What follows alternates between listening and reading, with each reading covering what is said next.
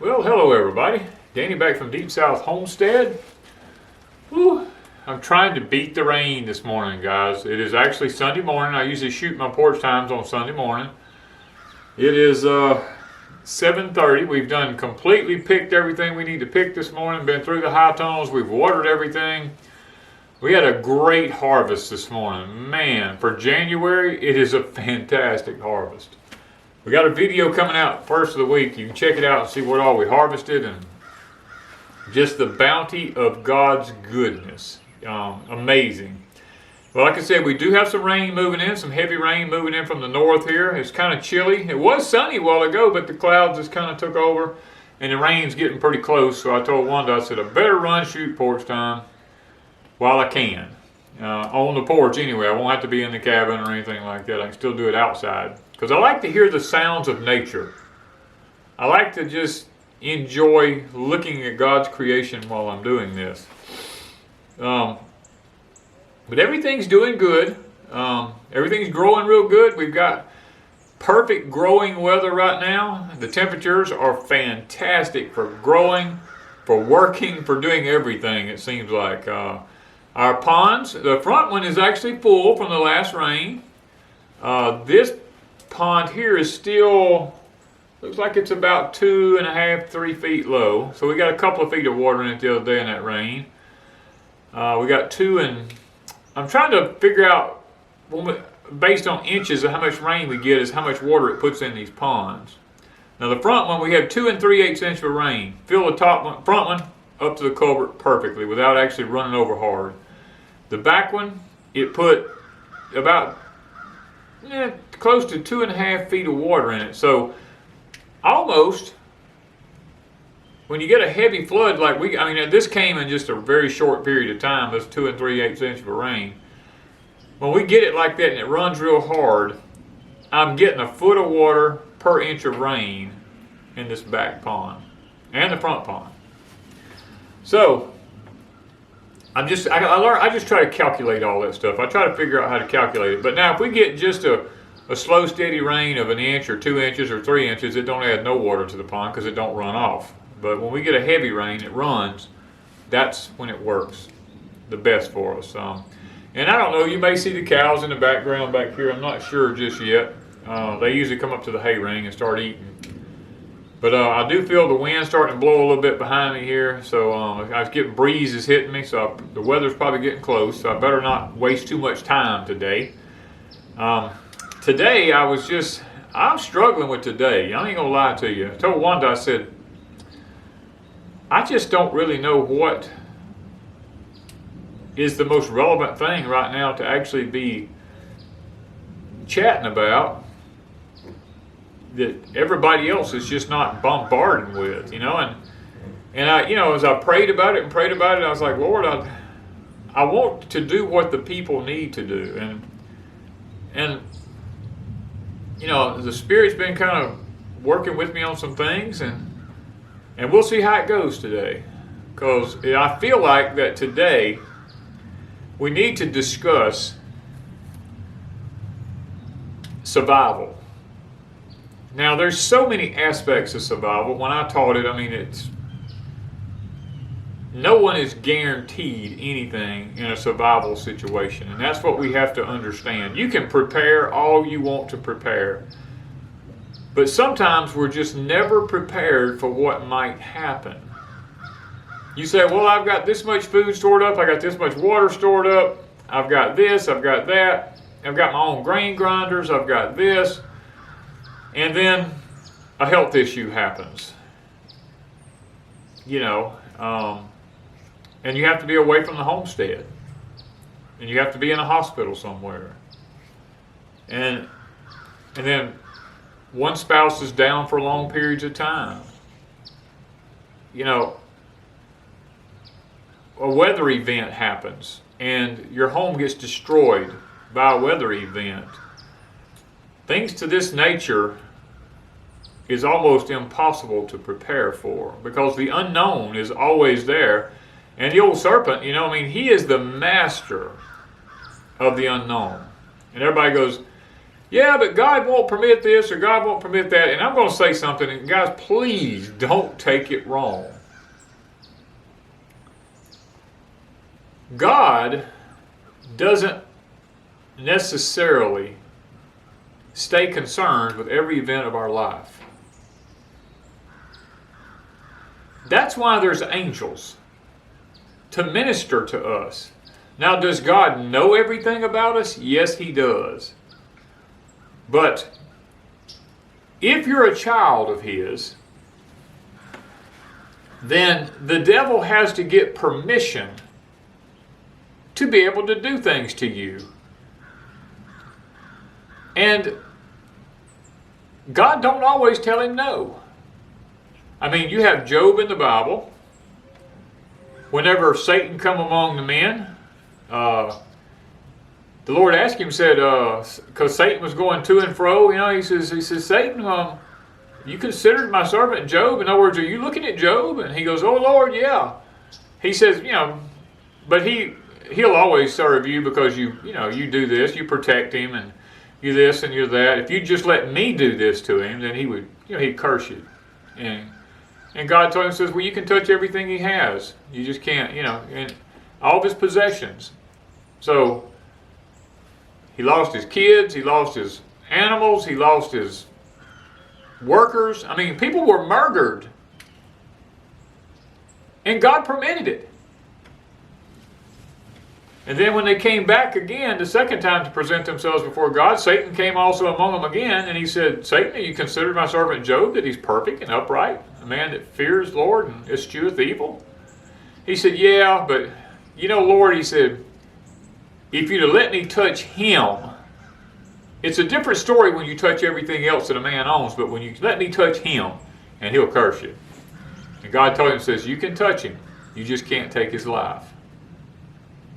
And we know the story of Job. He had boils from the top of his head to the bottom of his feet. That is one of the most painful things that the body endures, and it leaves scars all over you. I mean, literally, Job was scarred from the top of his head to the bottom of his feet with scars. He probably wasn't a very sightly man to look at after that, because the Bible said he would sit with pieces of pottery and scrape himself. Because if you know anything about boils, they got cores in them that has to be taken out. And yet he did not curse God. And then there's another instance in the Bible where the Lord looked at one of his apostles and he said, I'm going to paraphrase it. But he says, Satan desires to sift you. In other words, Satan is constantly coming after us, asking God, can I just do something to them? And God doesn't always say no. Sometimes he says, yeah, go ahead. And in those instances, it doesn't matter how much survival we have. It doesn't matter what we have stocked up. It doesn't matter what we've done. If your faith is not where it needs to be, then you will fail. And the devil will have won. But sometimes God likes to try us with fire. He likes to put us through the things. Look at the 3 Hebrew children. Did God deliver them from the fiery furnace? No. He delivered them through the fiery furnace. They had to go into it. Was Daniel delivered from the lions? So to speak, yes. But he had to first be thrown into the pit. The apostle, the disciple John was put in a pot of boiling oil and tried to boil him, and he wouldn't even boil. They couldn't even kill him. They ended up letting him go. We get put through the fire because the more you put fire to something, the more it gets refined. God is not so interested in what we go through. He's more interested in how we react to it. And that's why David in the scriptures, he's probably one of my most favorite characters in the Bible, other than Solomon. David, the scripture says, was a man after God's own heart. Now, that's a big statement right there. Because David was, he was a liar, he was a thief, he was a murderer. David was all of these things. And yet, he was an adulteress. But he was a man after God's own heart. Now what that means is, David knew how to ask for forgiveness and repent. And you say, well, how would that affect God? Because you remember in Scripture when God created man and then he had to destroy him during the flood, and it said it repented him that he had ever made man. And then the same instance happened with Moses. When Moses was in the wilderness and God said, Moses, I'm going to kill all the children of Israel. And I'm going to create a new group of people through you. And Moses had to stand in between God and the children of Israel, because God was going to destroy them all. And it repented God that he had done this. So, survival entails a lot of different things, guys. It doesn't matter what we do, how much we prepare. There's always the unseen that we don't know about. I mean, we build these lavish homesteads, and one spouse gets down and requires care around the clock, and the other spouse can't go out and tend it. And if you've, quote unquote, been one of these type of people who said, I'm moving off into the middle of nowhere, I don't want anybody bothering me, and that happens to you, you won't make it. That's why community is so important. That's why we are building or helping build. A lot of people don't understand freesteading. That's why we're helping. Wanda and I are actually part of this. We're helping to build this new platform where people can ask questions. Where people, I mean, it's really friendly, user friendly. I mean, if I can do it, anybody can do it. It's user friendly. You can find people from your own state, find people from your own towns. You can meet people that are around you where you don't feel like you're all alone. If you're looking for animals, if you're looking for anything like this for your homestead, and you don't want to spend your money in big box stores, there's plenty of homesteaders out there who make soap, they raise animals, they make all kinds of home products that we can support one another rather than supporting the big box stores and the people across the pond over there that don't like us. You know, that's why it's so important to build community. Because God never intended for us to be alone.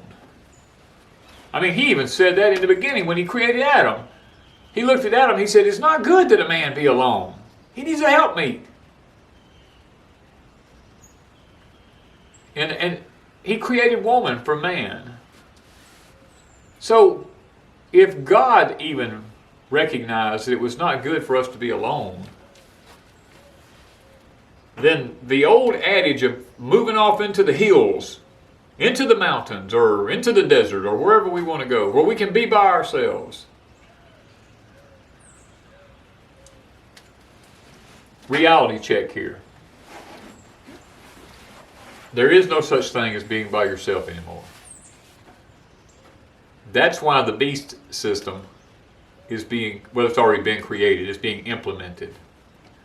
It was actually created years and years and years ago. But it's being implemented now.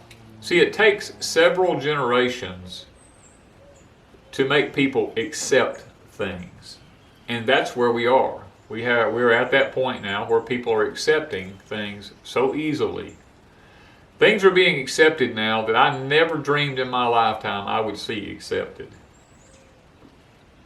By people that I thought would be godly people, and yet They just comply and go right along with everything because they're going to take my job away.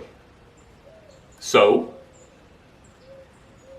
whose fault is that? Who got us in debt? Did God get us in debt?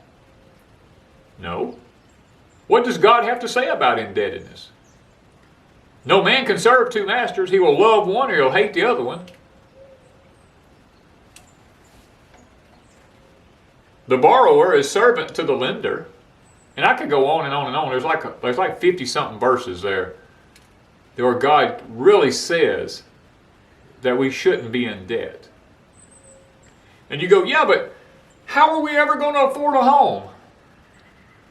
How did our ancestors afford homes? They built their homes. Most of them hewed them out of wood and just built them.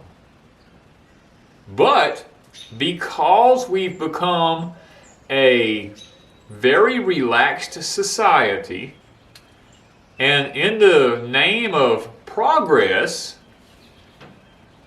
we've moved from the rural areas into the city areas because the pay was better, and we didn't have to grow our food anymore because we could go to a grocery store.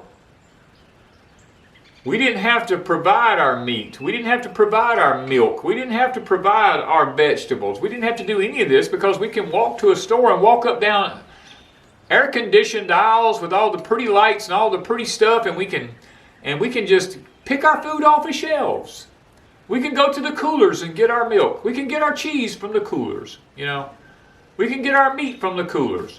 We don't have to do nothing but hand them money, which we went to a man-made job and literally sold our soul to the devil to work a 40-hour week. Some of us, me, used to work 60 and 100-hour weeks. I'm guilty. I did it for years and years until I really come to my senses and said, I'm not going to do this anymore, and I just walked away and quit. Guys, none of that was God's plan. That was man's plan. The devil created this society. Everybody, like young people today, and when I was young, even, they wanted everything Grandma and Grandpa had and Mom and Daddy had, and they wanted it instantly. And they went and borrowed money to build a big old house, and they borrowed money to buy tons of land with, and they just got themselves deep in debt, you know. Grandma and Grandpa didn't do that. Mom and Daddy's, most of them didn't do that. Now, my Mom and Daddy's didn't, because they were the older generation. They worked until they could afford something, and then they bought it. They didn't go out and borrow money to buy a washer and dryer. My mama had a 5-gallon bucket in the house. She washed clothes in a wash tub, hung them on a line to dry, till my mama and daddy was able to save enough money to buy a washing machine. Our refrigerator was a garbage can with a block of dry ice in it with a quilt laid over it, till we could afford a refrigerator and pay for it, not put it on notes. Our first well, my daddy would take a igloo type cooler, it was a big metal one back then, and every day he come home from town, or he come home from work, he would go through town, fill it up, and bring it home. That was the water that we used. And when he got home from work, he had an A-frame system set up in the yard with a drive shaft out of an old vehicle, the end of it cut into like a post hole digger, and he had a heavy weight on it with a tripod system built up with a rope and a pulley. And every day when he come home from work, my dad was a pulpwooder and a logger. He would go out there and he would pick this thing up and drop it down in that hole, and because of the weight, the end of it made like a post hole digger. It would fill up with dirt, and he'd pull it back up, and he'd pull it over to the side, and Mom would take a hammer and tap it, and the dirt would fall out. That's how they dug their first well. They dug 60-something foot that way. and finally hit water and was able to get them a pump put in, and we had water.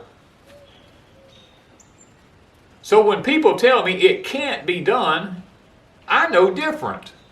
It can be done. It's just that we want it now.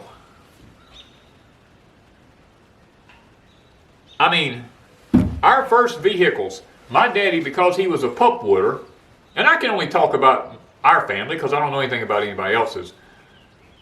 But in order to survive, I mean, our only vehicle in the family was my daddy's pulpwood truck, and the door didn't even shut. He had a screwdriver drove through the top of it, where he reached up and pushed a screwdriver down. That's what held the door shut. We went to town in that thing. We bought groceries in that thing. Daddy worked in that thing every day. I mean, when my mom and daddy, when I talk about buying groceries, my mom and daddy didn't have a big farm. They only had 3 acres. They would go and buy like their cheese and their butter and their milk and stuff like that, because Daddy had a big garden. We raised a garden, and Daddy would raise a pig every so often. We would have it butchered. Daddy never done his own butchering, but he would take it and have it butchered because he just didn't have time. Being a pulpwooder, he was always working in the woods, or he was always working on his truck trying to keep it running. Our first house that we built, the first house that my mom and daddy had, was given to them by my grandfather. And it was put on a trailer and hauled out to the property that my daddy took a chainsaw and cut the road into the woods on. He cut the stumps level with the ground, and we just drove over the stumps to get back into the woods where the house was put at. And the old house, you could see through the walls. I mean, it had newspapers on the walls. I've told you all about that kind of stuff. No insulation in the walls, no electricity, no plumbing, none of that stuff. And then when it finally got to be 1964, my daddy and my mama decided to build a Jim Walter home. Now, those of you who knew about Jim Walter's homes knew what I'm talking about. Now, it wasn't a big house. It was like 24 by 24. It was little. 3 bedroom, 1 bath, a kitchen and a little living room. He had Jim Walters do the outside of it and wire it and plumb it. Him and Mama hung the insulation and the sheetrock on the inside of it and finished it. The house note was $35 a month. And after a few months of them owning it, they began to panic because they said, how are we ever going to keep these payments up? Because that was the mentality of people back then. They had to be put on a rigid schedule. And work back then wasn't like it is now. When you was in the pulpwooding business or the logging business, if it rained, you didn't work. And when you did work, you didn't make a lot of money. And then when you got a little knothead kid like me, who ended up drinking some bleach that I shouldn't have drank because it was in a little cup and I didn't know what it was, and I downed it, burnt my stomach, burnt my esophagus, had to be put in the hospital, had to have my stomach pumped all out, had to drink half and half cream for 3 to 4 years of my life. When those kind of things happen and you only barely get by, then you wonder, how are you going to make your house payment? And at that moment, my daddy realized that going in debt to buy a house was not the smartest move he made. So he began to work harder and longer hours, and he paid it off. And he added on to it, himself and me, when I was younger. And we lived there until they started selling all the land around us and ended up being a neighborhood. And when my dad looked out and there were 17 kids in the yard, he said, Dora, we got to get these kids out of here. They'll never amount to a hill of beans living in a neighborhood like this. So Daddy moved us out into the country where there was just nobody. We had no neighbors around us hardly. There was some down the road, but not anything like that. Guys, that's what I'm talking about, surviving. We think just because we've got some buckets of food stuck up or we've got some water stuck up, we're good to go. Not necessarily. Lots of things can happen in a person's life that can alter everything. And at that point, had one of my parents, something happened to them, one of them, they would have lost their land and their house. And that's the point I'm making, guys. My mom and daddy were big time gardeners. They raised a lot of their own food. Mama canned hundreds and hundreds of jars of food every summer. But all it would have taken was for my daddy to have gotten hurt. In which, I will say this, my daddy at 35 years old got hurt on a job, ruptured a kidney. They only gave him a 50-50 chance of living when he went into surgery. My dad had good enough men working for him that they continued to work for him and make money for themselves and for my family, because my dad was down for 6 months when they took his kidney out. Now you got to realize this is not modern day surgery. This was way back in the day. I was a little kid. And it got to the point where my dad, when he went to work, he would have one of the other guys crank the chainsaw for him, and he would saw with it until it ran out of gas.